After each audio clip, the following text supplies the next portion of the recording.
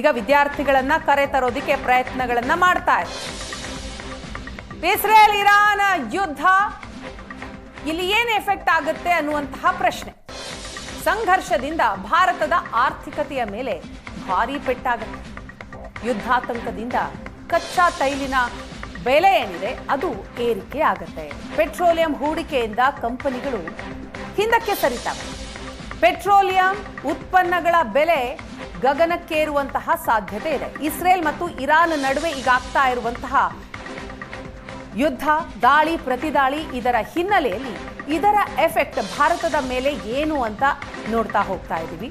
ಸಹಜ, ಪೆಟ್ರೋಲಿಯಂ ಹಾಗೂ ಉತ್ಪನ್ನಗಳ ಬೆಲೆ ಹೆಚ್ಚಳವಾಗೋದು, ಪೆಟ್ರೋಲಿಯಂ ಜೊತೆ ಚಿನ್ನದ ಬೆಲೆಯೂ ಕೂಡ ಹೆಚ್ಚಳವಾಗತ್ತೆ. ಯುದ್ಧದ ಸಂದರ್ಭದಲ್ಲಿ ಚಿನ್ನದ ಮೇಲೆ ಹೂಡಿಕೆ ಮಾಡಬೇಕು ಅಂತ ಹೂಡಿಕೆದಾರರು ಆಸಕ್ತಿ ತೋರಿಸುವಂತಹ ಹಿನ್ನೆಲೆಯಲ್ಲಿ ಚಿನ್ನದ ಬೆಲೆಯಲ್ಲೂ ಕೂಡ ಹೆಚ್ಚಳ ಆಗತ್ತೆ.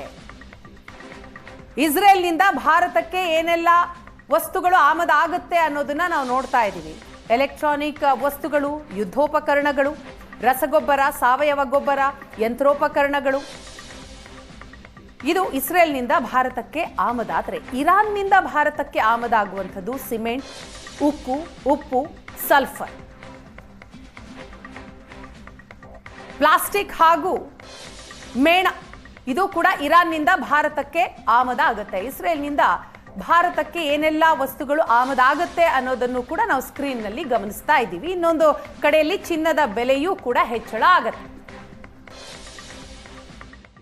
ಇಸ್ರೇಲ್ ನಡುವೆ ಯುದ್ಧ ನಡೀತಾ ಇದೆ. ಅದು ಕ್ಷಣ ಕ್ಷಣಕ್ಕೂ ಕೂಡ ಅದರ ತೀವ್ರತೆ, ಯುದ್ಧದ ತೀವ್ರತೆ ಹೆಚ್ಚಾಗ್ತಾ ಇರುವಂಥದ್ದು. ಇದರ ಜೊತೆಗೆ ಆ ಒಂದು ಯುದ್ಧದ ತೀವ್ರತೆಯಿಂದಾಗಿ ಭಾರತದ ಮೇಲೆ ಸಾಕಷ್ಟು ಆರ್ಥಿಕ ಹೊಡೆತ ಬೀಳುತ್ತೆ ಅನ್ನುವಂಥದ್ದು ಕೂಡ ಈಗ ಚರ್ಚೆ ಆಗ್ತಾ ಇರುವಂಥದ್ದು. ನಮ್ಮ ಜೊತೆಗೆ ಮಾತನಾಡೋದಕ್ಕೆ ಬೆಂಗಳೂರು ವಿಶ್ವವಿದ್ಯಾಲಯದ ಆರ್ಥಿಕ ತಜ್ಞರು ಮತ್ತು ಎಕನಾಮಿಕ್ಸ್ ಪ್ರೊಫೆಸರ್ ಆಗಿರುವಂಥ SR ಕೇಶವ್ ಅವರಿದ್ದಾರೆ. ಬನ್ನಿ ಕೇಳೋಣ. ಈಗ ಭಾರತ, ಇರಾನ್, ಇಸ್ರೇಲ್ ಅಂದ್ರೆ ಈ ದೇಶಗಳ ನಡುವೆ ಯುದ್ಧ ನಡೀತಾ ಇದೆ. ಈ ಹೊರ ದೇಶಗಳ ನಡುವೆ ಎಷ್ಟು ಮಟ್ಟಿಗೆ ಅವಲಂಬಿತ ಆಗಿರುವಂಥದ್ದು ಕಚ್ಚಾ ತೈಲ, ಎಷ್ಟು ಪರ್ಸೆಂಟೇಜ್? ಈಗ ಏನಾಗಿದೆ ಅಂತಂದರೆ, ಮುಂಚೆ ಎಲ್ಲೋ ಒಂದು ಕಡೆ ಜಗಳ ಆದರೆ ಅಥವಾ ಯುದ್ಧ ಆದರೆ ಅದು ಬಿಡಪ್ಪ ನಮಗೇನು ಅನ್ನೋ ಥರ ಇರ್ಬೋದಾಗಿತ್ತು. ಆದರೆ ಈಗ ಇಡೀ ವಿಶ್ವ ಒಂದು ಹಳ್ಳಿ ಥರ ಆಗಿದೆ. ಯಾವುದೇ ದೇಶದಲ್ಲಿ ಒಂದು ಸಣ್ಣ ಯುದ್ಧ ಆದ್ರೇನು ಸಹ ಅದರ ಪರಿಣಾಮ ಇಡೀ ವಿಶ್ವವ್ಯಾಪಿ ಆಗುತ್ತೆ. ಸೊ ಭಾರತ ಕೂಡ ಇದಕ್ಕೆ ಹೊರತಾಗಿಲ್ಲ.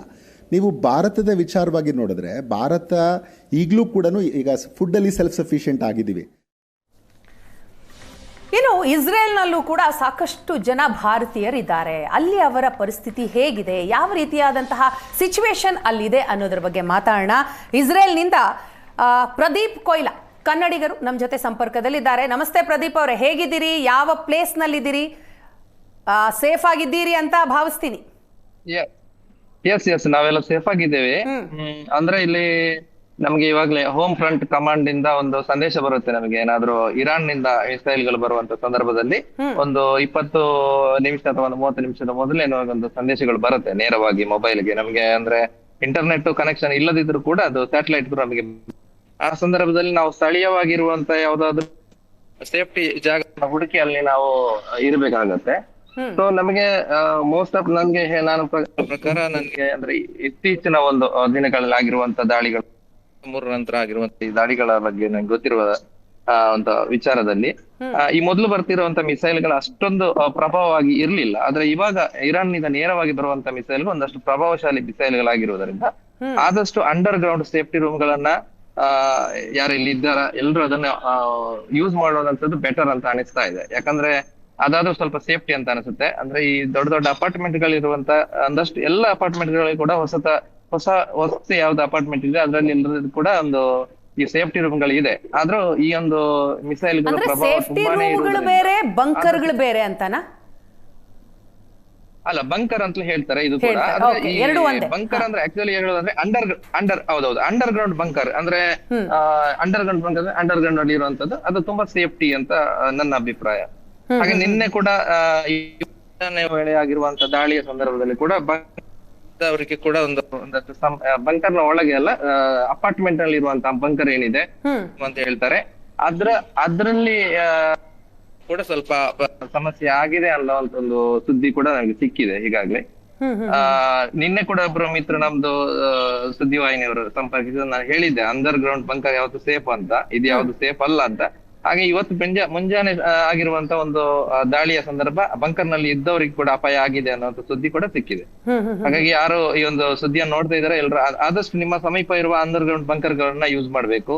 ಎಲ್ಲಾದ್ರೂ ಇದ್ರೆ ಅದನ್ನ ಇದೇ ಇಲ್ವಾ ಅನ್ನೋ ಪರಿಶೀಲನೆ ಮಾಡ್ಬೇಕು. ಅಥವಾ ಇಲ್ಲಿ ಈ ಪೊಲೀಸ್ ಇರ್ಬೋದು ಅಥವಾ ಯಾರಾದ್ರು ರೌಂಡ್ಸ್ ಹೋಗ್ತಾ ಇರ್ತಾರೆ, ಅವ್ರ ಹತ್ರ ವಿಚಾರಿಸಿದ್ರೆ ಅವ್ರು ಹೇಳ್ತಾರೆ ನಮ್ಗೆ ಯಾವ್ದು ಸೇಫ್ಟಿ ಜಾಗ ಇದೆ ಅಂತ. ಮತ್ತೆ ಇಲ್ಲಿಯ ನಾಗರಿಕರು ಕೂಡ ತುಂಬಾ ಒಳ್ಳೆ ರೀತಿಯಲ್ಲಿ ನಮ್ಮ ಜೊತೆ ಇದ್ದಾರೆ, ಹಾಗಾಗಿ ನಮ್ಗೆ ಸಹಾಯ ಮಾಡ್ತಾರೆ. ಹಾಗೆ ಅಂತ ನನ್ನ ಒಂದು ಇಲ್ಲಿ ಆಗಿರುವಂತ ಒಂದು ಅನುಭವ. ಇವಾಗ ನೀವು ಇಸ್ರೇಲ್ ಅಲ್ಲಿ ಎಕ್ಸಾಕ್ಟ್ ಆಗಿ ಯಾವ ಪ್ಲೇಸ್ ಅಲ್ಲಿ ಇದ್ದೀರಿ? ಸೊ ನೀವಿರುವಂತಹ ಪ್ಲೇಸ್ ಅಲ್ಲಿಯೂ ಕೂಡ ಅಟ್ಯಾಕ್ ಆಗಿದೆಯಾ ಇರಾನ್? ಆಗಿದೆ. ಕ್ಯಾಪಿಟಲ್ ಅಲ್ಲೇ ಇದ್ದೀರಿ ತಾವು? ಹೌದು, ಕ್ಯಾಪಿಟಲ್ ಅಂದ್ರೆ ಜೆರುಸಲಂ ಅಂತ ಹೇಳ್ತಾರೆ ಕ್ಯಾಪಿಟಲ್. ಇದು ತೆಲವೀವ್ ಅಲ್ಲ ಅಂತ ಹೇಳ್ತಾರೆ. ಬಟ್ ತೆಲವೀವ್ ಅಂದ್ರೆ ಇವಾಗ ಒಂದು ಸ್ವಲ್ಪ ಎಲ್ರು ಒಂದು ಅಟ್ರಾಕ್ಟ್ ಆಗಿರುವಂತ ಪ್ರದೇಶ. ಎಲ್ಲ ಕಡೆ ಜನರು ಈ ತೆಲವೀವ್ಗೆ ಒಂದು ಸ್ವಲ್ಪ ಇದಾಗಿರ್ತಾರೆ. ಈಗ ಬೆಂಗಳೂರು ಏನಿದೆ ನಮ್ದು ಇದೆ, ಆ ತರ ಒಂದು IT ಸಿಟಿ ತರ ಅಂತ ಹೇಳ್ಬೋದು. ತುಂಬಾನೇ ಒಂದು IT ಕಂಪನಿಗಳಿರುವಂತ ಜಾಗ ಅದು ತೆಲವೀವ್. ಮತ್ತೆ ಇವಾಗ ಇರಾನ್ ನಿಂದ ಅವರು ಟಾರ್ಗೆಟ್ ಮಾಡಿರುವಂತದ್ದು ಈ ತೆಲವೀವ್ ಇರ್ಬೋದು, ಮತ್ತೆ ಹೈಫಾ ಪೋರ್ಟ್ ಇದೆ, ಮತ್ತೆ ಅಸ್ಡೋದ್ ಪೋರ್ಟ್ ಇದೆ. ಅಲ್ಲಿ ಕೂಡ ಇವರು ಟಾರ್ಗೆಟ್ ಅನ್ನ ಮಾಡ್ತಾ ಇದ್ದಾರೆ. ಬಟ್ ಹೈಫಾ ಪೋರ್ಟ್ ಸಮೀಪ ಕೂಡ ಮೊನ್ನೆ ಎಲ್ಲ ದಾಳಿಗಳು ಆಗಿದೆ. ಅಲ್ಲಿ ಕೂಡ ಮಿಸೈಲ್ ಬಿದ್ದಿದೆ. ಮೊನ್ನೆ ದಾಳಿಯಲ್ಲಿ ಒಂದು 5 ಜನ ಸಾವನ್ನಪ್ಪಿದ್ರು, ಒಂದೇ ಕುಟುಂಬದವರು. ನಿನ್ನೆ ಆಗಿರೋ ದಾಳಿಯಲ್ಲಿ ಪ್ರಾಣ ಹಾನಿಯ ಬಗ್ಗೆ ಯಾವ್ದು ಇದಿಲ್ಲ, ಗಾಯಗಳಾಗಿದೆ. ಮತ್ತೆ ತೆಲವೀವ್ ಸಮೀಪ ಅಲ್ಲಲ್ಲಿ ಮಿಸೈಲ್ ಬಿದ್ದಿದೆ, ಅಲ್ಲಿ ಸ್ವಲ್ಪ ಪ್ರಾಣ ಹಾನಿ ಕೂಡ ಆಗಿದೆ. ನಿನ್ನೆ ಕೂಡ ಆಗಿದೆ. ಅದು ಸಮರ್ಪಕವಾದ ಎಷ್ಟು ಅಂತ ಸಂಖ್ಯೆಗಳು ಸಿಕ್ಕಿಲ್ಲ, ಇನ್ನು ಕೂಡ ಸಿಗ್ಬೋದು. ನೀವು ಎಷ್ಟು ದೂರದಲ್ಲಿದ್ದೀರಿ ಕ್ಯಾಪಿಟಲ್ ನಿಂದ? ನೀವಿರುವಂತಹ ಪ್ಲೇಸ್ ಎಷ್ಟು ಡಿಸ್ಟೆನ್ಸ್ ಇದೆ? ಇಲ್ಲ ತೆಲವೀವ್ ಅಲ್ಲಿ ಇದ್ದೇನೆ ನಾನೀಗ. ತೆಲವೀವ್ ಸಿಟಿಯಲ್ಲೇ ಇದ್ದೇನೆ ನಾನು. ಸಿಟಿಯಲ್ಲೇ ಇದ್ದೀರಿ. ಎಷ್ಟು ವರ್ಷದಿಂದ ಪ್ರದೀಪ್ ತಾವಲ್ಲಿ ಇದ್ದೀರಿ?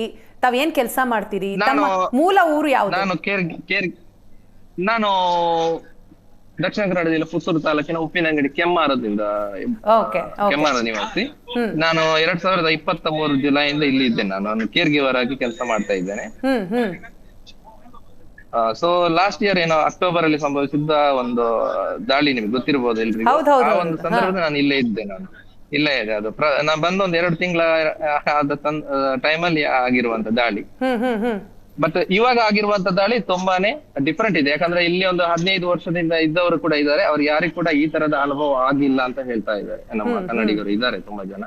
ಯಾಕಂದ್ರೆ ಇದು ತುಂಬಾ ಒಂದು ಪ್ರಭಾವಶಾಲಿ ಆಗಿರುವಂತ ದಾಳಿ. ಅದು ಕೂಡ ಇವತ್ತು ಮುಂಜಾನೆ ಆಗಿರುವಂತ ಒಂದು ಮಿಸೈಲ್ ಅಟ್ಯಾಕ್ ಏನಿದೆ, ಆ ಮಿಸೈಲ್ಗಳು ತುಂಬಾ ಪ್ರಭಾವಶಾಲಿ ಆಗಿತ್ತು ಅನ್ನುವಂಥದ್ದು ಒಂದು ಇಲ್ಲಿನ ಸ್ಥಳೀಯವಾಗಿರುವಂತಹ ಒಂದು ಸುದ್ದಿ ಚಾನೆಲ್ ನಲ್ಲಿ, ಟೆಲಿಗ್ರಾಮ್ ಚಾನೆಲ್ ಅಲ್ಲಿ ನಂಗೆ ಸಿಕ್ಕಿರುವ ಮಾಹಿತಿ ಪ್ರಕಾರ ಒಂದು ಆರ್ಮಿ ಅವರೊಬ್ರು ಯಾರು ಅದರ ಬಗ್ಗೆ ಇಂಟೆಲಿಜೆನ್ಸ್ ಗೊತ್ತಿರುವವರು ಹೇಳಿರೋದು, ಇದು ತುಂಬಾ ಪ್ರಭಾವಶಾಲಿ ಆಗಿದೆ. ಇದನ್ನ ಡಿಫೆನ್ಸ್ ಮಾಡ್ಲಿಕ್ಕೆ ಏರ್ ಡಿಫೆನ್ಸ್ ಸಿಸ್ಟಮ್ ಅಲ್ಲಿ ಅಷ್ಟು ಅಕ್ಯುರೇಟ್ ಆಗಿ ಡಿಫೆನ್ಸ್ ಮಾಡ್ಲಿಕ್ಕೆ ತುಂಬಾ ಕಷ್ಟ ಇದೆ. ಯಾಕಂದ್ರೆ ಅವ್ರದ್ದು ಸಿಸ್ಟಮ್ ಅಷ್ಟು ಅಕ್ಯುರೇಟ್ ಆಗಿ ಇಲ್ಲಿ ರೀಚ್ ಆಗ್ತಾ ಇದೆ ಅಂತ ಹೇಳ್ತಾ ಇದ್ದಾರೆ. ಯಾಕಂದ್ರೆ ಇರ್ಬೋದು, ಯಾಕಂದ್ರೆ ಅಷ್ಟು ದೂರದಿಂದ ಹೈಫಾ ಪೋರ್ಟ್ ಗೆ ಕೂಡ ಅವರು ಅಷ್ಟು.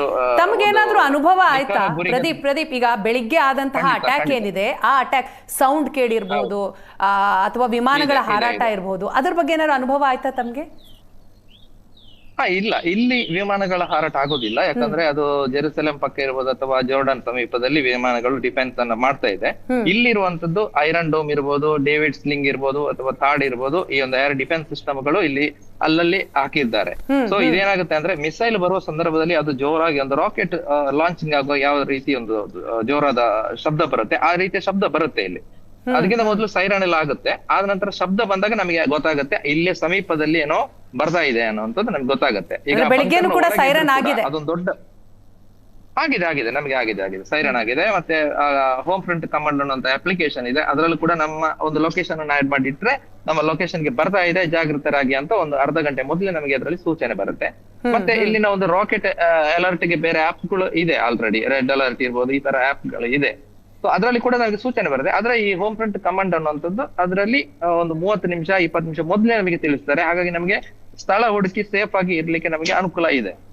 ಒಂದಷ್ಟು ಜನ ರಾತ್ರಿ ಅವಾಗ ಬಂದ್ ಹೋಗ್ಬೇಕು ಅನ್ನೋಂತ ದೃಷ್ಟಿಯಲ್ಲಿ ಆ ಒಂದು ಬಂಕರ್ನ ಒಳಗಡೆನೆ ಅವರು ಮಲಗ್ತಾ ಇದ್ರು, ಮೊನ್ನೆಯಿಂದ ಮಲಗ್ತಾ ಇದ್ರು. ಹಾಗೆ ಒಂದು ಕಡೆ ಮೊನ್ನೆ ಒಂದ್ ದಿವಸ ಆಗಿರುವಂತ ದಾಳಿಯಲ್ಲಿ ಬಂಕರ್ನ ಸಮೀಪ ಒಂದು ಮಿಸೈಲ್ ಬಿದ್ದಿದೆ. ಆ ಸಂದರ್ಭದಲ್ಲಿ ಬಂಕರ್ನ ಒಳಗಿದ್ದವರೆಲ್ಲ ಕುಂತಲ್ಲಿ ಹಾರಿ ಕೆಳಗೆ ಬಿದ್ದಾಗೆ ಆಗಿದೆ, ಒಂದು ಭೂಕಂಪದ ಅನುಭವ ಅವ್ರಿಗೆ ಆಗಿದೆ ಅಂತ ಹೇಳಿದ್ರು ನಮ್ದು ಸ್ನೇಹಿತರು. ಅಂದ್ರೆ ಅಷ್ಟು ಪ್ರಭಾವಶಾಲಿ ಆಗಿದೆ ಈ ಮಿಸೈಲ್ಗಳು ಅನ್ನುವಂಥದ್ದು ಇದರಿಂದ ನಮಗೆ ಗೋಚರ ಆಗ್ತವೆ. ಹಾಗಾಗಿ ನಾನು ನಿನ್ನೆ ದಿವಸನೇ ನಾನು ತುಂಬಾ ಜನರಿಗೆ ಹೇಳಿದ್ದೆ, ಯಾರಿಗೂ ಕೂಡ ಈ ಒಂದು ಅಪಾರ್ಟ್ಮೆಂಟ್ ನ ಮೇಲೆ ಇರುವಂತದ್ದು, ಅಪಾರ್ಟ್ಮೆಂಟ್ ಒಳಗಿರುವಂತದ್ದು ಯಾವ್ದನ್ನ ನಂಬೇಡಿ. ಆದಷ್ಟು ಅಂಡರ್ ಗ್ರೌಂಡ್ ಸೇಫ್ಟಿ ರೂಮ್ ಗಳನ್ನ ಮಾತ್ರ ಬಳಸಿ ನಮ್ಮ ಜೀವನ ಉಳಿಸಬಹುದು, ಏನು ತೊಂದರೆ ಆಗಲ್ಲ ಅಂತ. ಹಾಗಾಗಿ ನಿನ್ನೆ ಈಗ ಆಗಿರುವಂತ ಈ ಒಂದು ಮುಂಜಾನೆ ವೇಳೆ ಆಗಿರುವಂತ ದಾಳಿಯಲ್ಲಿ ಸಂದರ್ಭ ಇದೇ ರೀತಿ ಆಗಿದೆ. ಯಾರು ಅಪಾರ್ಟ್ಮೆಂಟ್ ಒಳಗಿರುವಂತ ಬಂಕರ್ಗಳಲ್ಲಿ, ಈ ಸೇಫ್ಟಿ ರೂಮ್ ಗಳಲ್ಲಿ ಯಾರು ಇದ್ರು, ಇಲ್ಲಿ ಮಮಾದ್ ಅಂತ ಹೇಳ್ತಾರೆ, ಅದ್ರಲ್ಲಿ ಯಾರಿದ್ರು ಅವರಿಗೆ ಅಪಾಯ ಆಗಿದೆ ಅಂತದ್ದು. ಅಂದ್ರೆ ನಿಖರವಾಗಿ ಗೊತ್ತಿಲ್ಲ ಎಷ್ಟು ಜನರಿಗೆ ಅದು ಜೀವಹಾನಿ ಆಗಿದೆ ಅನ್ನುವಂಥದ್ದು. ಇನ್ನು ಕೂಡ ಬರ್ಬೇಕಾಗುತ್ತೆ, ಅದು ನ್ಯೂಸ್ ಬಂದಿಲ್ಲ, ಇನ್ನು ಬರ್ತಾ ಇದೆ ಅಷ್ಟೇ ಅಪ್ಡೇಟ್ಗಳು. ಎಸ್ ಅಂದ್ರೆ ಪ್ರದೀಪ್, ಈಗ ತಾವು ಹೇಳಿದ್ರಿ 2023 ನೀವು ಇಸ್ರೇಲ್ಗೆ ಬಂದದ್ದು ಅಂತ. ಸೊ ತಾವು ಬಂದ 2 ತಿಂಗಳಲ್ಲಿ ಕಳೆದ ಬಾರಿ ಅಟ್ಯಾಕ್ ಆಯ್ತು, ಹಮಾಸ್ನಿಂದ ಆದಂತಹ ಅಟ್ಯಾಕ್. ಸೊ ನಿಮ್ಗೆ ಭಯ ಆಗಲ್ವಾ? ಲಾಸ್ಟ್ ಟೈಮ್ ಬಂದಾಗ ಆಬ್ವಿಯಸ್ಲಿ ಫಸ್ಟ್ ಟೈಮ್ ಭಯ ಆಗೇ ಆಗಿರುತ್ತೆ, ಈಗ ಸ್ವಲ್ಪ ಎಕ್ಸ್ಪೀರಿಯನ್ಸ್ ಆಗಿದೆ ಅಂತ ಅನ್ಸುತ್ತೆ. ಸೊ ಈಗ ಅದನ್ನ ಹೇಗೆ ಫೇಸ್ ಮಾಡ್ತಿರ್ತಾವ್? ಇಲ್ಲ ಮೇಡಮ್, ಏನಂದ್ರೆ ಆಕ್ಚುಲಿ ಇಸ್ರೇಲ್ಗೆ ಬರ್ಬೇಕಂದ್ರೆ, ಇಲ್ಲಿ ಉದ್ಯೋಗಕ್ಕೆ ಬರ್ಬೇಕಂದ್ರೆ ಸ್ವಲ್ಪ ನಮ್ಗೆ ಧೈರ್ಯ ಇರ್ಲೇಬೇಕಾಗುತ್ತೆ. ಯಾಕಂದ್ರೆ ನಮ್ಗೆ ಈ ತರದ್ದು ಇದೆ ಅನ್ನುವಂಥದ್ದು ಗೊತ್ತಿದೆ ನನಗೆ. ಅಂದ್ರೆ 2017-18 ಸಂದರ್ಭ ಇರ್ಬೇಕು, ಹಮಾಸ್ ಒಂದು ಇಲ್ಲಿ ದಾಳಿ ಮಾಡಿತ್ತು. ಆ ಸಂದರ್ಭದಲ್ಲಿ ಕೂಡ ನಾನು ಇಲ್ಲಿದ್ದ ಒಂದು ವಿಚಾರಗಳನ್ನ ನನ್ನ ಸ್ನೇಹಿತರ ಮೂಲಕ ಪಡಿತಾ ಇದ್ದೆ. ಅದು ನೇರವಾಗಿ ಒಂದು ಯೂಟ್ಯೂಬ್ ಅಲ್ಲಿ ಇರ್ಬೋದು, ಇದರ ಬಗ್ಗೆ ನೋಡ್ತಾ ಇದ್ದೆ, ಯಾವ ತರ ಅಲ್ಲಿ ನಾವು ರಕ್ಷಣೆ ಮಾಡಬಹುದು, ಯಾವ ತರ ಇರ್ಬೋದು ಅನ್ನೋಂಥದ್ದು. ಆಮೇಲೆ ಕೊರೋನಾ ಎಲ್ಲ ಬಂದ್ ಸ್ವಲ್ಪ ತಡವಾಯ್ತು ನಾನು ಇಲ್ಲಿ ಬರ್ಬೇಕಾದ್ರೆ. ಆಕ್ಚುಲಿ ಬಂದ ತಕ್ಷಣ ನನಗೆ ಕೂಡ ಇಲ್ಲಿ ದಾಳಿ ಒಂದು ಅನುಭವ ಆಗಿತ್ತು. ಬಟ್ ಆ ಸಂದರ್ಭದಲ್ಲಿ ಕೂಡ ನಾನೇನು ನನಗೇನು ಸಮಸ್ಯೆ ಆಗ್ಲಿಲ್ಲ, ನಾನು ಭಯಗೊಂಡ್ಲಿಲ್ಲ. ನೋಡುವ ಏನಾಗುತ್ತೆ ಅಂತ. ನಮ್ಗೆ ಒಂದು ನಮ್ಮ ಜೀವನ ರಕ್ಷಣೆ ಮಾಡುವಂತ ಏನಾದ್ರು ಇಲ್ಲಿ ಇರ್ಬೋದು ದಾರಿಗಳು ಅನ್ನುವಂಥದ್ದು ಧೈರ್ಯ ಇದೆ. ಯಾಕಂದ್ರೆ ಇಸ್ರೇಲ್ ತುಂಬಾನೇ ಒಂದು ಸಣ್ಣ ರಾಷ್ಟ್ರ ಆಗಿರ್ಬೋದು, ಆದ್ರೆ ಇಲ್ಲಿನ ಡಿಫೆನ್ಸ್ ಸಿಸ್ಟಮ್ ತುಂಬಾ ಸ್ಟ್ರಾಂಗ್ ಇದೆ. ಮತ್ತೆ ಇಲ್ಲಿನ ಜನರನ್ನ ಅಥವಾ ನಾವು ಯಾರು ಇದ್ದೇವೆ ಇಲ್ಲಿ, ಇವರನ್ನ ರಕ್ಷಣೆ ಮಾಡುವಂತ ರೀತಿಯಲ್ಲಿ ಅವರು ತುಂಬಾನೇ ಕಾಳಜಿ ವಹಿಸ್ತಾರೆ. ಹಾಗಾಗಿ ಆ ಧೈರ್ಯದಿಂದ ನಾವು ಎಲ್ಲ ಇಲ್ಲಿ ಇದ್ದೇವೆ ಈಗ ಕೂಡ. ಎಸ್, ಈ ಧೈರ್ಯಕ್ಕೆ ಮೆಚ್ಚಲೇಬೇಕು ಪ್ರದೀಪ್ ಅವರೇ. ಬಿ ಸೇಫ್, ಹುಷಾರಾಗಿರಿ. Thank you so much Asianet Suvarna news ಜೊತೆ ಇಷ್ಟೊತ್ತು ಕೂಡ ಮಾತನಾಡಿದ್ದಕ್ಕೆ.